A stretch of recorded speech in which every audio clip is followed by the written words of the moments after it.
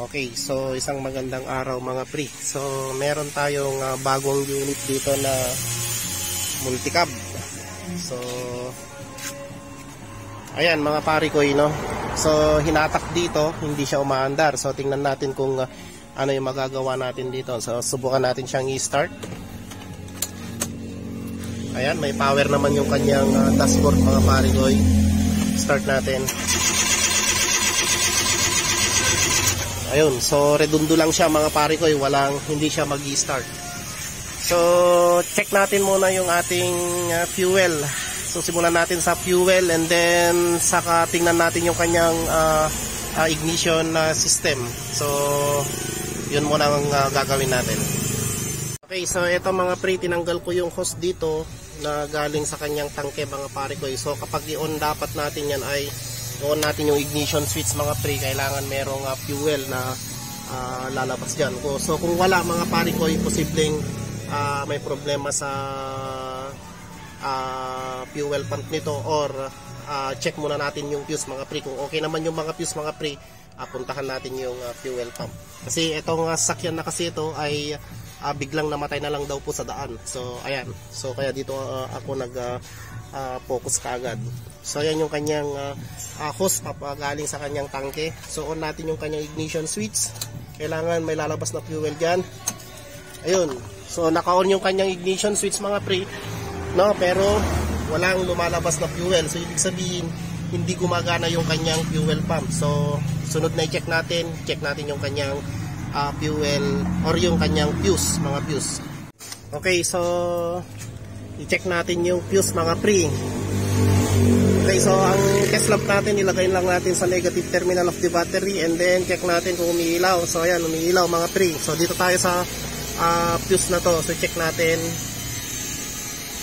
Ayan, umiilaw. Ayun.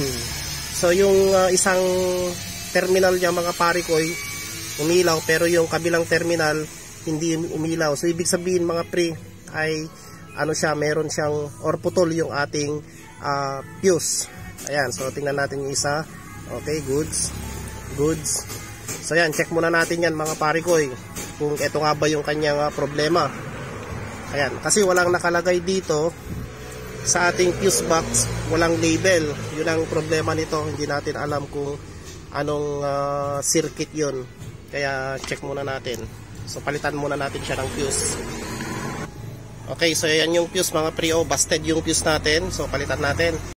Okay, so ayan mga pare ko, napalitan na natin ng fuse. So tingnan natin doon kung meron ng fuel.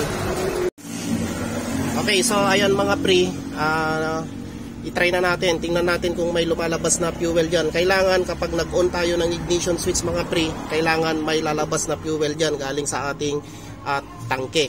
Kasi kapag wala, hindi yun yung kanyang sakit mga pare ko. So try natin i-IG lang natin mga pare ko. Ay. So, yan, ACC, IG natin. Ayun. So as you can see mga pare ko, mayroong lumabas na fuel. So napakalakas po yung fuel niya. Okay, so yun nga yung kanyang fuse mga pre.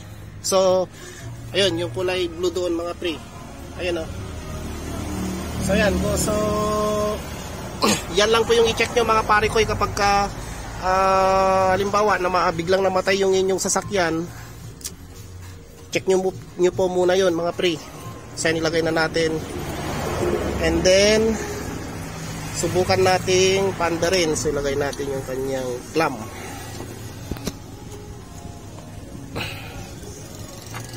Yung okay, so try natin pandarin mga pre.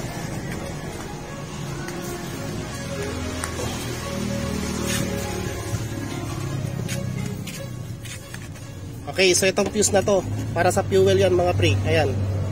So tandaan po ninyo mga pare ko. Check nyo lang po yan kung biglang namatay po yung makina po ninyo. Try natin. Start. Ayun. So mandar na po siya mga pare ko.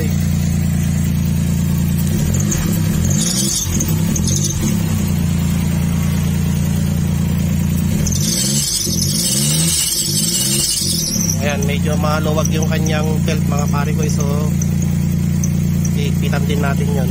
So okay na. So ganun lang mga pre. So ikitan ko po muna yon. Okay, so ayan mga pre, naayos ko na din yung kanyang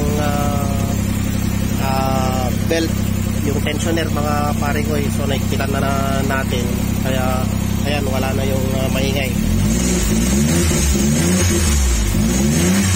Okay, so ayan, goods na. So road test na natin. Okay, so ayan mga pre. So goods na siya. Kaya lang ang problema, mahina yung kanyang transmission mga pare ko